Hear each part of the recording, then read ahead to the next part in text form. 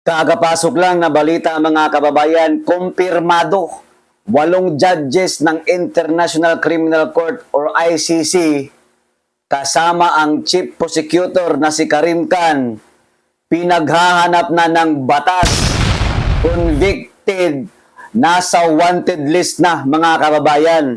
Yan ay matapos bumuo itong mga powerhouse ng mga bansa kagaya ng US, Russia at China na bumuo ng isang alyansa para banggain, kakalabanin at talagang tuligsain at pataubin itong ICC mga kababayan. At ito po ang nangyari na ngayon at rumisulta na. Na kung saan sila ngayon ay wanted, pinaghahanap. O baka naman dyan, government ng Russia, China at US, imbestigahan din ninyo yung mga ibang personalidad na nakikipag-sabuatan dyan sa mga may sariling conflict of interest. No, ika nga na yung kaso or yung ruling nila dyan ay may halong bias. O eto po mga kabayan, basahin po natin ang isang malaking pasabog, no, ng Russian government mga kababayan hinggil dito sa ICC na walang ibang ginawa kung hindi nakikialam sa isang malayang soberanya ng mga bansa. Kahit wala na po sila at hindi na miyembro, abay, palaging gumigit na itong ICC at tila bagay parang ginawang negosyo. Itong pag-iimbestiga nila, yung ibang mga leader, kung saan dapat may klarong investigasyon pero hindi naman nangyayari kasi nga may sarili silang batas at yun ay batas nila ay pansariling interest lamang. Ito po, basahin po natin kumpirmado po ito. Yung pong nagsasabi sa last video natin na yun ba ay legit? Legit na legit po yun. Yung ginawa ng China, Russia at US ay isang patunay na sila ay gumagalaw na at gumagawa ng hakbang para malusaw itong grupo ng ICC na kung saan walang ibang ginagawa nga, inaapi lang ang mga bansang tingin nila ay kayang-kaya nila. Bakit di nila kaya yung US, yung Russia, yung China? Galit na galit po ang Russian government, galit na galit ang China, galit na galit ang US dito sa International Criminal Court. Pinagtutugis nila, hinahanap na nila ngayon itong involved dyan sa mga ginagawang kabulastugan sa loob ng ICC. Pero ang Pangulo nating bangag, lahat ng politiko, lahat ng mga leader natin dito, na kung saan nagtatrabaho para sa bayan, sila pa itong gumagawa ng paraan para mahuli, dakpin, at dalhin sa Netherlands at ikulong sa dahig doon sa detention cell. Gaya ng ginagawa nila ngayon kay Tatay Digong at itong pagpipersecute nila kay Senator Bato de la Rosa na kung saan mayroon ng manhunt, hinahabol nila para madala nila doon sa Hague kasunod kay Tatay Digong. Basahin lang natin breaking po ito. A Russian court has sentenced the chief prosecutor and 8 judges of the ICC to prison in absentia. Sa wikang Latin, prison in absentia mga kabayan, or in absence or in their absence. Kung baga, kahit hindi kayo sumipot, wala kayo doon, still, priso pa din kayo. Makukulong itong mga hinayupak na mga involved dyan sa napakalalang ginagawa nilang kabulastugan, may pera-pera system, ginagawa nila ang lahat para sila ay paldo. ICC Prosecutor Karim Khan was given a 15-year sentence. Naku po, ang taas nito. 15 taon na makukulong itong si Karim Khan. Gaba, ha? Mirisi sa tagam ka talaga. Kaya naman pala siguro, napatalsik itong, bago lumabas itong balita na to, na talagang wanted na siya at huhulihin. Kaya naman pala napatalsik na itong si Karim Khan regarding dyan sa crime against humanity. Sa kaso dito sa ICC lang, dyan kay Tatay Digong. O dahil mayroon ng conflict of interest, kang upawa, kang animal ka. Bagay nga sa'yo, no? Sana nga ay madakip na ito, makulong, no? Kasi ito, convicted ka na. Ayon dito, while judges receive terms between 3.5 and 15 years. Na pagkakulong, ewan ko lang 3.5, baka 3.5 years siguro to, or 3 years and 5 months, or 3 to 5 months and 15 years. All 9 have been placed on Russians wanted list. Tagam, ha? Nasa listahan na kayo. Pinaghahanap na kayo ng batas ng Russian government. Talagang kumikilos na po itong mga makapangyarihan at mayayamang bansa. Nauna na po ang Russia, baka susunod na itong China.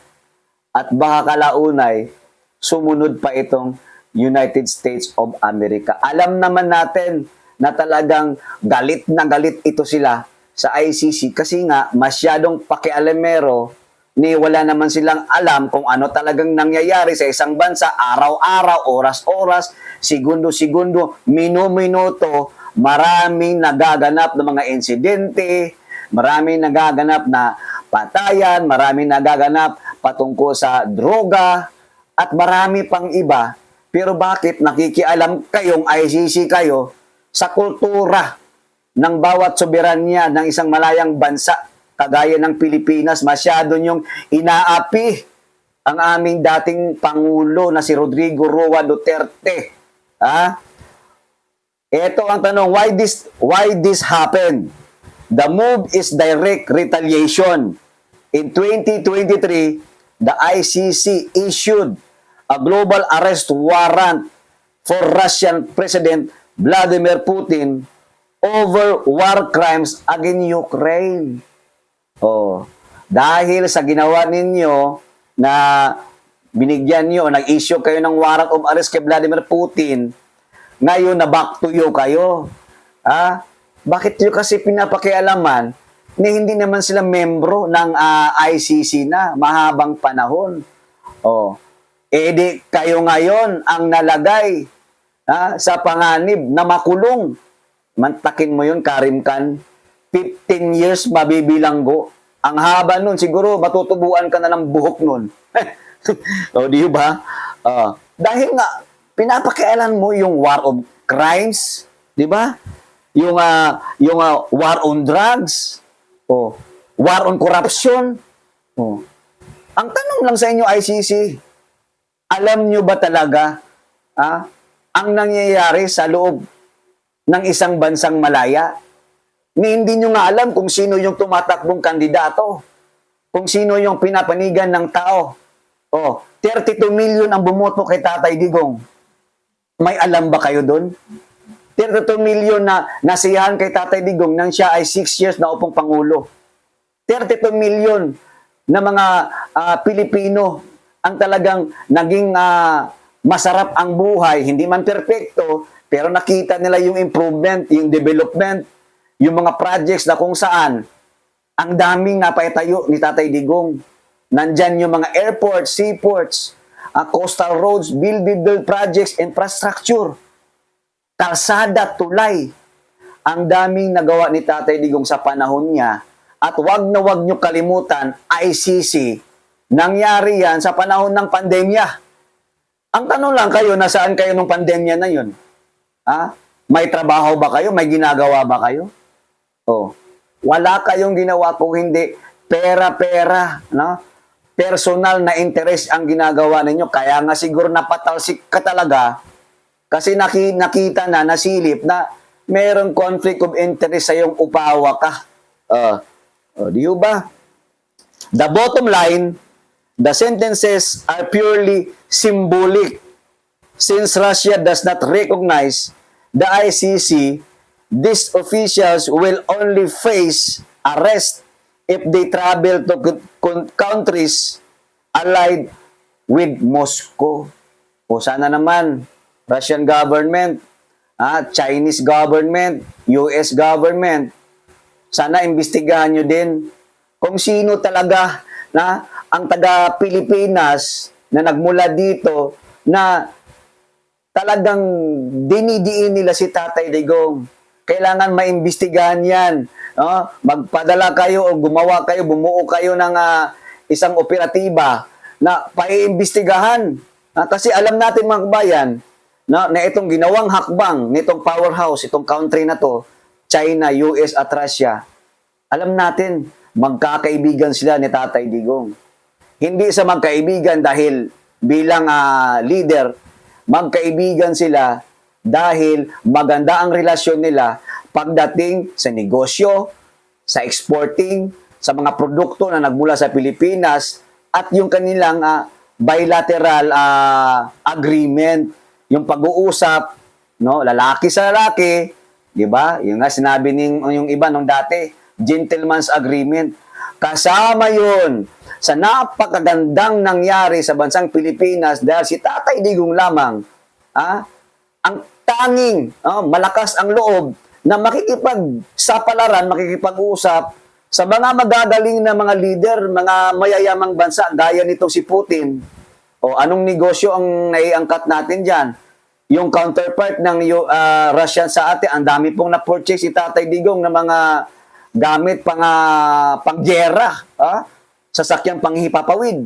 Sa China naman, malaya tayong nakakapag-negosyo ng ating mga saging, nakakapag-export tayo, etong at produkto natin sa mga pineapple o mga pinya.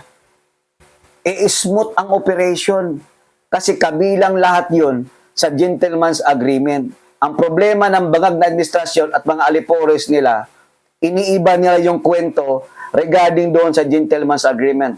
Gentleman's agreement sa pagkakaintindi ko, negosyo ang pinag-uusapan, ekonomiya, kung paano mapalago, kung paano matulungan ang both countries na walang malulugi. Kasi Tatay Digong is alam niya na tayo po ay hindi naman gaano kayaman na bansa. Pero may pera tayo. Basta ayusin lang yung pagdala gaya ng ginawa ni Tatay Digong. Mantakin mo yun. Sa panahon ni Tatay Digong, tumaas ang ranking na bansang Pilipinas. Sa panahon ni Tatay Digong, lumiit yung case ng mga drugs addict. Kaya nga nagkaroon tayo ng war on drugs. Sa panahon ni Tatay Digong, walang korupsyon. Sa panahon ni Tatay Digong, walang basag alahas ba yan? Yung mga pawn shop, basag pawn shop. Walang snatcher, walang drug addicts, wala kang nakikitang patayan na riding in tandem. Bakit? Kasi ang pinapairal ni Tatay Digong, protektahan ang bansang Pilipinas laban sa mga durugistang gumagawa ng kabulastugan, kalukuhan, kaguluhan sa bansa natin. Tanga lang talaga ang hindi maniwala na hindi kayo natuwa sa panahon ni Tatay Digong. Kasi bangag lang talaga nag-iisip ng mga ganyan. Bumaba si Tatay Digong, napakataas ng trust ratings. The only president na talagang bumaba sa kanyang pwesto na nakukulangan pa ang mamamayang Pilipino sa kanyang serbisyo. Kung di sana, kung natuloy pa yung, kung nadagdagan lang ang taon ni Tatay Digong, mas lalo pang dumami yung projects. Gaya na lang na hindi nila ipinagpatuloy yung subway sa Mindanao. No? Maganda sana ang proyekto yun. Yun sana ay magbibigay ng isang atraksyon sa Mindanao. Kung baga, magkadugtong-dugtong na.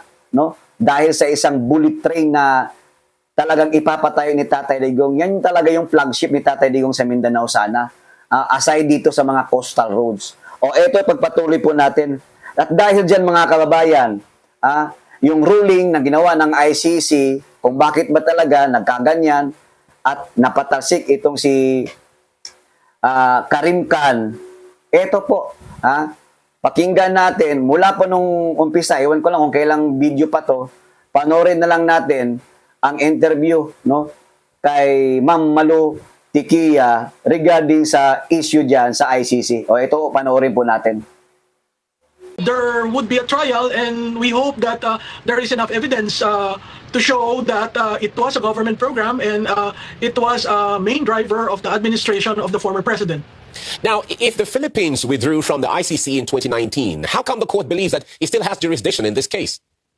That's one of the grounds, and they were talking about a year from the withdrawal, which is unfortunate because when a nation withdrew from international agreements, it takes effective immediately. And initially, the grounds were we withdrew from the Roman Statute, as well as they were saying that the local courts were not working. If you monitor what's happening in the Philippines, the courts are alive, the courts are working, and there is no impediment to the delivery of justice in the country. Today, what we heard are, apart from that, is that the government sent him to The Hague, and who is the ICC not to, acquire jurisdiction. That is unfortunate because that in itself is a sovereign issue, and which is very, very controversial here in Manila. All right, Duterte was elected on a strong anti-drug platform, widely supported domestically at the time. So why is he being judged internationally for policies that many Filipinos supported at the time? That is the sovereignty angle. Who are foreigners to judge our president to be such?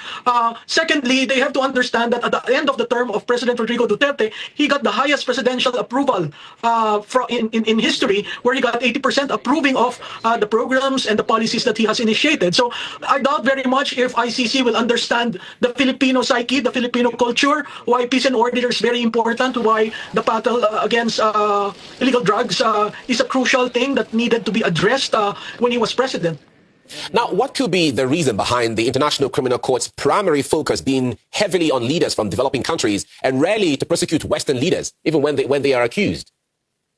Yeah, Mike, that's a good question, because certainly there are others who are supposed to be within their jurisdiction but are not being held responsible for it. The Philippines, President Duterte is being made probably a model of how to deal with such issues that are very controversial. Word was mentioned, impunity in addressing certain programs of government, but certainly that was not the plan. The plan was to protect the citizens of the country from the wrath of illegal drugs. You do not want the Philippines to be under necropolitics, and that is the only reason why he had to do that. And unfortunately, they do not understand the Filipinos. Now, can international human rights enforcement be seen as a form of neocolonial legal pressure, or is it a necessary safeguard against state abuse? What do you think? Well, it can be a necessary control for state abuse for so long as courts are not functioning. Our courts are functioning here. So it becomes now an issue of, the age-old tradition of neo-colonialists that kind of put down certain individuals, certain leaders, certain strong leaders who would want a different approach into the war on illegal drugs. Now, let me ask this. Where is the ICC's accountability for military actions by powerful Western nations that caused civilian deaths, like in the case of thousands dead in Lebanon, in Gaza, or the Minab school in Iran? No, Mike, the world is littered by so many things that ICC need to address, need to be into, not a program of government in the Philippines.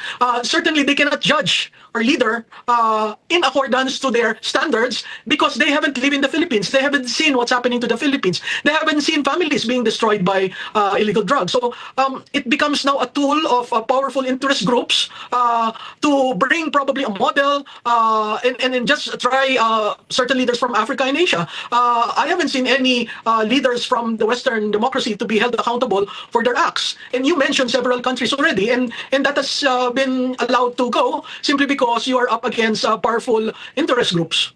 Now, would you judge this ruling to be more about law or global political messaging? What do you think? My sense is it's really global political messaging. You get a person like Duterte to be a leader in a country, very independent-minded, very focused on his country and not the interest of global hegemonies, then it becomes a problem to that person or to that leader. O diba? Klarong-klaro naman po na wala pong jurisdiction talaga ang ICC sa bansang Pilipinas. 2019 pa, nang hindi na tayo membro ng ICC kasi ayaw nga ni Tatay Digong Kasi nga, alam niya, nagalit din yun sina Trump, si Putin at si Xi Jinping na mga kaibigan niya yun. Ayaw ni Tatay Digong na magmukha tayong alipin sa ICC. Gayong, may sarili naman silang plataforma.